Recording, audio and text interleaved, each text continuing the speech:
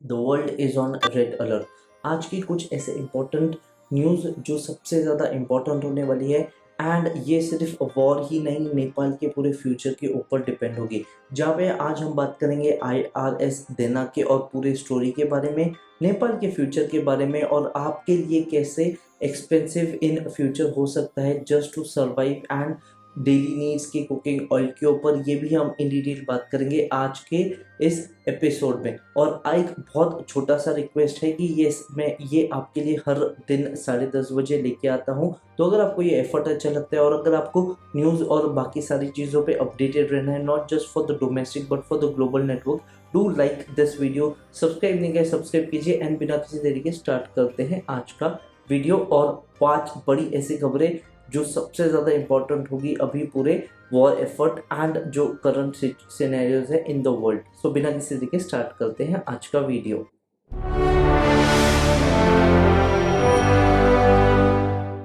आज की सबसे बड़ी खबर, यस, IRS दीना का जो डिस्ट्रक्शन हुआ था और जो उसका सिंकिंग हुआ था वो यूएस के एक fast attack Virginia class submarine ने ही किया था, और उन्होंने यूज़ किया था mark 4 torpedo.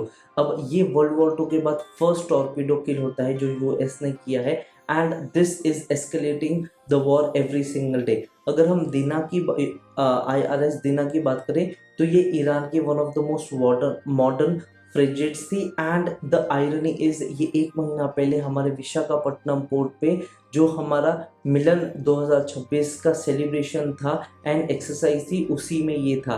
And the thing is कि ये इंडियन ओशन में हुआ है, just the coast just 40 nautical miles from Sri Lanka. And the biggest news is कि इसका 180 का जो क्रू था उसमें से 32 को रेस्क्यू किया है, 87 कंफर्म के लिए, एंड 61 आर स्टिल मिसिंग। एक बहुत बड़ा रेड अलर्ट हमारे मैरीटाइम जॉब्स के ऊपर जाता है और मैरीटाइम नेवीज के ऊपर जाता है कि यहाँ तक हमारे एनिमीज आए हैं और वहाँ पे एक सबमरीन था, and we the other countries did not know. और ये कहीं ना कहीं हमारी जो न्यूट्रल स्टेटस है ऑफ इंडिया राइट नाउ, ये उसको एक कॉम्प्रोमाइजिंग सिचुएशन पे बना देता है, as well as Indian ocean को एक रेड अलर्ट पे देता है, और बाकी सारे कंट्रीज को भी इससे इफेक्ट होता है।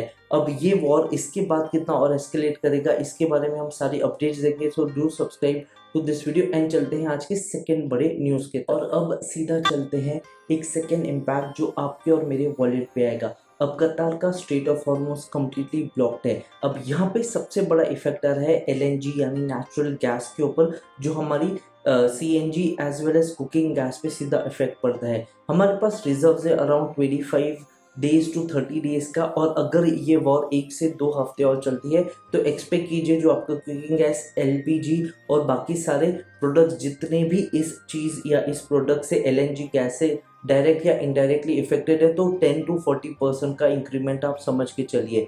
अब ये एक हाई पैनिक सिचुएशन है और यहाँ पे वर्ल्ड जा रहा है इन द सर्वाइवल मोड। अब मुझे ये नहीं पता है कि इंडिया अपना न्यूट्रल स्टेटस कितने टाइम तक करेगा, या फिर इंडिया को फोर्स किया जाएगा to pick a side, and अगर ये होता है तो world will actually be at war, and ये हमारे डोर पे सीधा वॉर आएगा। हालांकि काफ़ी ऐसे इंसिडेंट्स हुए हैं जहाँ पे हम बहुत क्लोजली टाइड अप है, and this is the time for India कि वो किस तरह से अपने डिप्लोमेटिक स्टेटस को हैंडल करता है। एंड सेकेंड अपडेट, अगर हम इंडियन अजय 2 की बात कर रहे हैं जहाँ पे एक रेस्क्यू मिशन चल रहा है और काफ़ी अच्छे फ्लाइट्स, अभी एक अच्छा ब्रिज बन गया है जहाँ पे कतार एंड बाकी और देशों से हमारे जो फ्लाइट रूट्स को रीराउट करके जो स्ट्रैंडेड इंडियंस है उनको वापस लेके आ रहे हैं in the home town.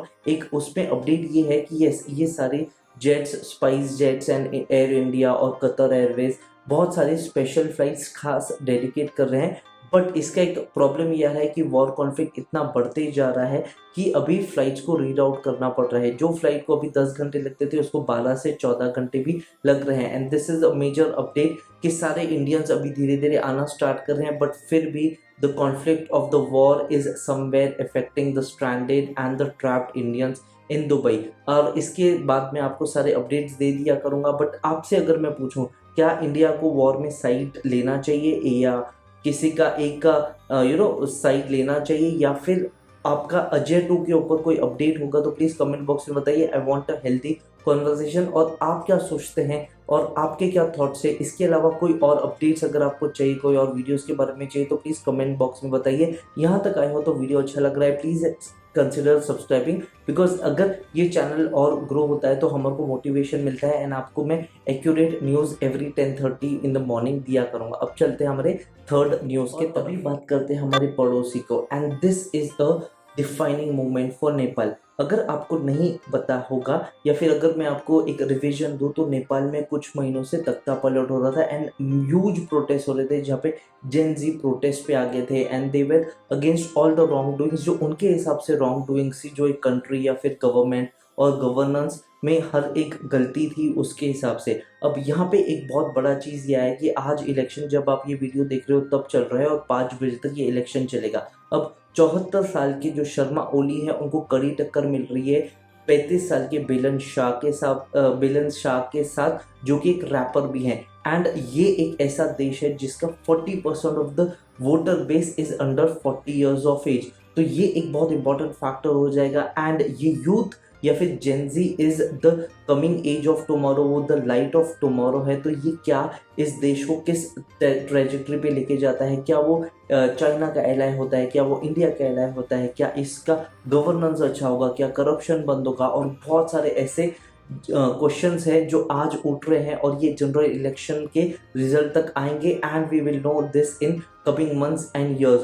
So stay tune, subscribe नहीं किया सब्सक्राइब कीजिए और हम ऐसे इंपॉर्टेंट हेडलाइंस न्यूज़ आप तक लाते रहेंगे। It is my duty to do that. आज ये मैं रिकॉर्ड कर रहा हूँ रात के 3:30 बजे ताकि मैं आपको टाइमली डिलीवर दे सकूँ। सो आई होप अगर आप एक लाइक कर देंगे तो I would be really proud कि मेरे एफर्ट्स की कहीं कदर हो रही है। अब चलते हैं हमारे नेक्स्ट रिपोर्ट, जहाँ पे पूरी दुनिया युद्ध और बाकी सारी चीज़ों में जा रही है और एक बहुत बड़ा प्रॉब्लम ये आ रहा है कि कहीं ना कहीं टर्की के साथ भी एक ईरान ने जब एक मिसाइल लॉन्च किया था तो टर्की के एयर स्पेस में एंड टर्की की कहीं ना कहीं वो इलेक्शन में आई थी। अब Turkey is a NATO ally country और नेटो की एक कंट्री पे हमला यानी पूरे नेटो को इन्वॉल्वमेंट आना है। एक खतरा ये है जो कि हमारे को इन फ्यूचर टाइम अपडेट मिलता रहेगा।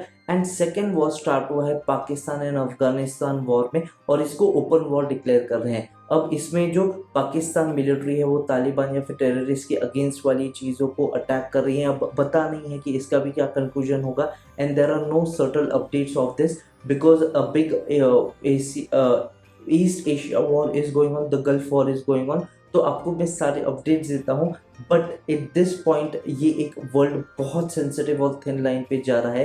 हालांकि कोल्ड वॉर एक ऐसा टाइम था जब हम इतने क्लोज आए थे। लेट्स सी कि क्या होता है फ्यूचर में। आई होप आपको मेरे एफर्ट्स अच्छे लगते होंगे, हेडलाइंस अच्छी लगती होंगी and this is the entire thing जो आपको पूरे दिन के लिए एक आपको आर्म कर देगा about the geopolitics and the things that are going around the world. I hope आपको ये वीडियो अच्छा लगा होगा तो प्लीज़ लाइक कीजिए, डिसलाइक कीजिए अगर अच्छा नहीं लगा होगा तो, and tell us the reason so we could improve on it. Subscribe नहीं किया सब्सक्राइब कीजिए। Till the time I see you in my next video. Have a nice day, take care, be happy. जय हिंद, सी you tomorrow.